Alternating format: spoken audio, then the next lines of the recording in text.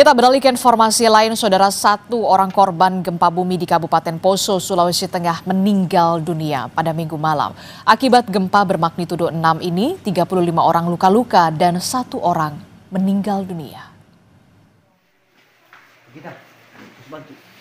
Suasana haru menyelimuti ruangan jenazah Rumah Sakit Umum Daerah Kabupaten Poso Minggu malam.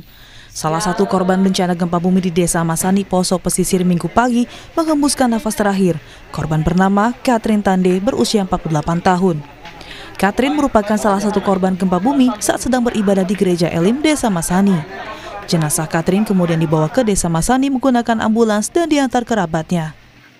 Badan Penanggulangan Bencana Daerah Kabupaten Poso menyebut 35 orang luka-luka dan 1 meninggal akibat gempa magnitudo 6 yang terjadi di Poso pada Minggu pagi. Kepala Badan Penanggulangan Bencana Daerah Kabupaten Poso menyebut pendataan korban dan bangunan rusak masih terus dilakukan. Korban luka sedang dan berat sudah dirawat di Rumah Sakit Umum Daerah Poso. Puskesmas Tokorondo dan juga luka ringan yang selebihnya kurang lebih 13 orang kalau saya tidak keliru itu dirujuk ke RSUD. Nah, di sana ada memang kategori yang juga masih simpang siur. Informasi pertama ada 6 yang butuh tindak lanjut, sekarang bertambah jadi 12. Ya, ada beberapa dokumentasi yang disampaikan kepada kami dan kami juga mendengar informasi bahwa ada 2 yang dalam rencana mau dirujuk ke Palu. Kalau dengan luka ringan ini sekitar 30. 30-an, ya. 30-an korban ya.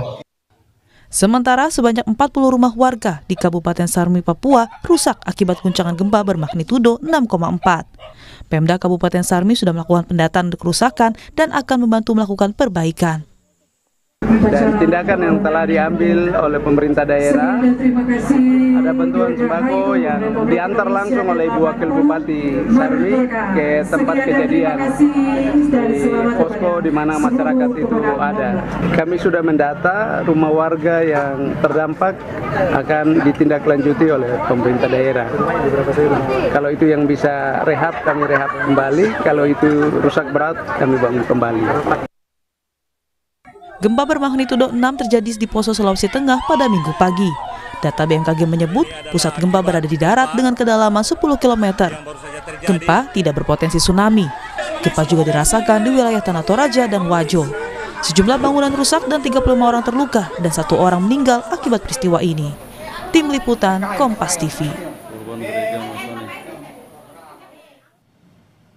Informasi terkini gempa yang terjadi di Poso, Sulawesi Tengah kita akan tanyakan kepada jurnalis Kompas TV. Sudah ada Pak Tarudin di sana. Selamat pagi Pak Tarudin. Pak Tarudin, bisa Anda informasikan kepada kami semua bagaimana kondisi di pagi hari ini?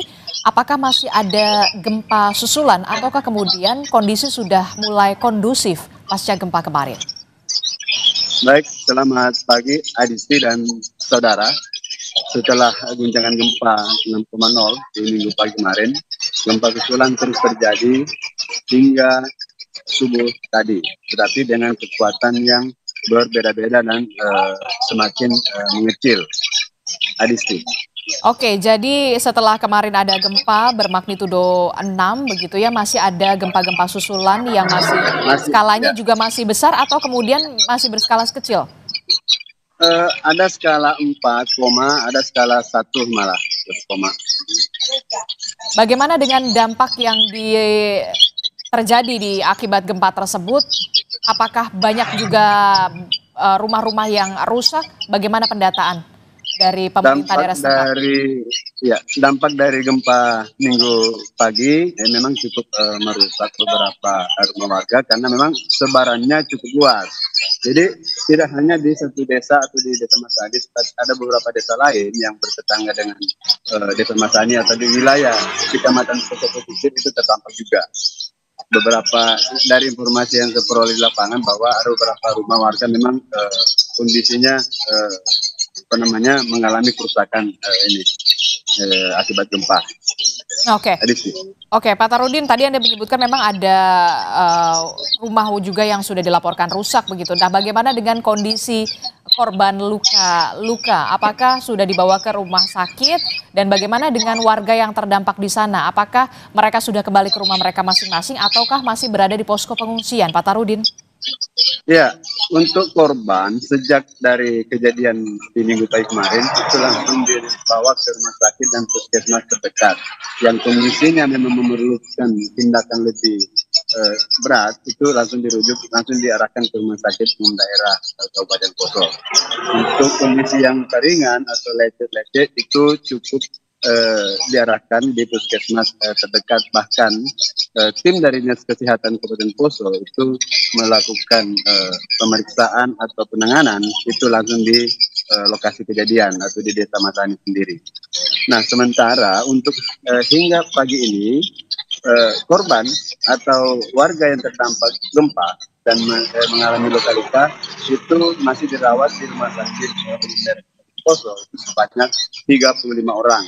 Setelah tadi malam satu orang ibu bernama Catherine Tande itu dilaporkan atau dinyatakan meninggal dunia sekitar pukul 22 waktu Indonesia Tengah.